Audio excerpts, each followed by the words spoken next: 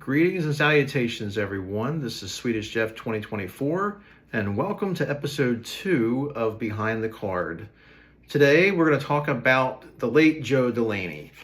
And here is his APA football card here, as we can see it. Let me get a better look at it here. I'll get my face out of the way here so you can take a look at Joe. Joe Delaney, this is the 1981 NFL season that I have on APA football.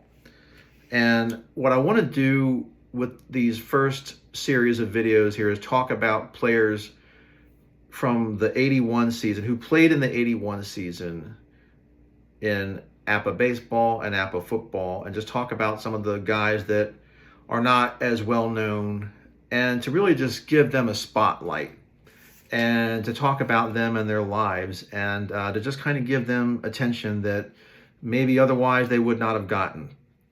So Joe Delaney, this is actually from the Kansas City Chiefs Hall of Honor. He was inducted in 2004, 20 years ago.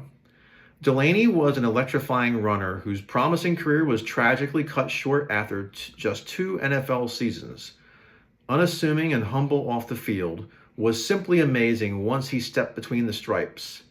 He burst onto the NFL scene as the AFC Rookie of the Year in 1981 when he earned a trip to the Pro Bowl and was named Chiefs MVP after establishing a then franchise record with 1,121 rushing yards.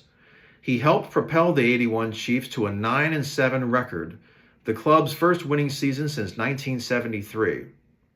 After coming off the bench to record 101 rushing yards in his initial NFL action at New England, October 4th, 1981, ran for 106 yards, and registered 104 receiving yards in his initial pro start versus Oakland on October 11th, 1981. His 193-yard outing versus Houston on November 15th, 1981, remains the third highest single-game rushing output in franchise history. In just 23 career games, amassed 329 carries for 1,501 yards with 3 TDs, as well as 33 receptions for 299 yards. He joined the Chiefs as a second-round draft choice out of Northwestern Louisiana, where he was a part of the school's NCAA Division I champion 4x100-meter relay team. He was born October 30th, 1958 in Henderson, Texas. He drowned on June 29th, 1983, attempting to save the lives of 3 youngsters in Monroe, Louisiana, and was buried on July 4th, 1983 in Houghton, Louisiana. He was posthumously awarded the Presidential Citizens Medal by Ronald Reagan on July 13, 1983. Received the NCAA Award of Valor in '84 and was enshrined in the College Football Hall of Fame in 1997. Now, there was an ESPN 30 for 30 short, which was called Delaney. This aired in 2015. And if you go to the IMDb page, it has a brief summary here, which is, this film explores the defining moment of Kansas City Chiefs running back Joe Delaney. After garnering a starting spot in the Pro Bowl, AFC Rookie of the Year honors, and on the verge of superstardom, Delaney's life ended tragically at the age of 24. On June 29, 1983, in a heroic attempt to save 3 young boys from drowning, Joe, who did not know how to swim, made the ultimate sacrifice. More than 30 years later, Delaney's family, community, and the man he saved are still picking up the pieces of that fateful day. So, I wanted to talk about and give his card here so you can really see it. There we go. I wanted to give Joe his proper due. I didn't honestly know much about him either. You know, I was 9 years old in 1981, and I remember hearing the name in the past. I remember Mike Singletary talking about how he had made a tackle in his rookie season, and that was his defining moment, where Buddy Ryan had said something like, "Hey, 50, you show me something today." And Delaney, I looked up his numbers, and I see that he is in the 81 season here. And, 24 years old, you just think about that. For those of you who are over the age of 24 like me, you think about when you were 24, and that's just so young to die. I mean, and in such a heroic way, you know. And it's something that I've often asked myself when I watch a lot of these ID shows. I watch a lot of true crime, investigation, discovery shows. And granted, they're not going to say anything. They're not going to speak ill of the dead, right? They're not going to say anything bad. But 90% of these people that die so tragically, and it's not just sports, but, to use another example, Lyman Bostock is another person who I will do an episode about in the future.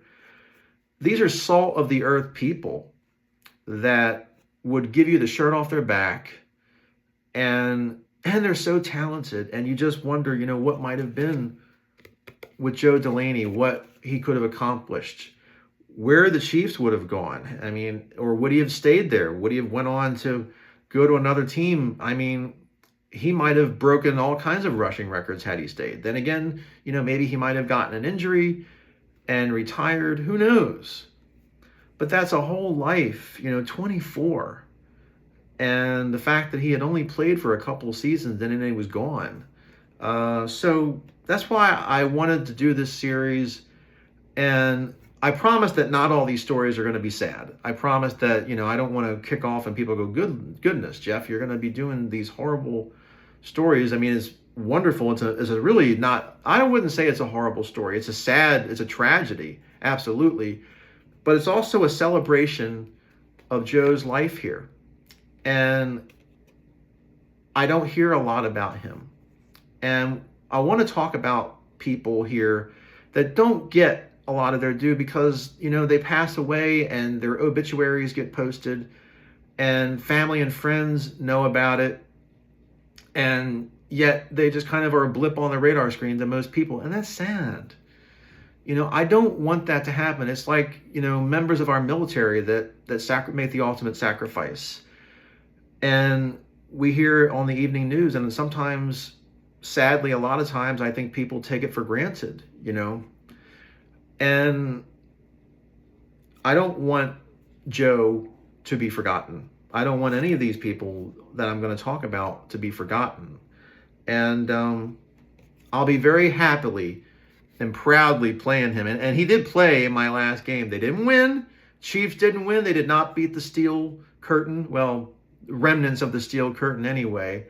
But Kansas City did have a winning season that year. They went 9-7.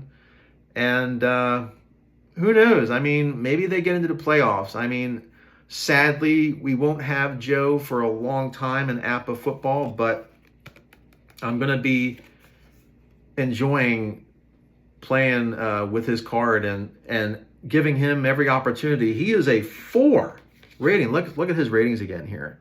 He's a 4. So he's pretty darn good, and, Joe Delaney, if you can see or hear this, God bless you.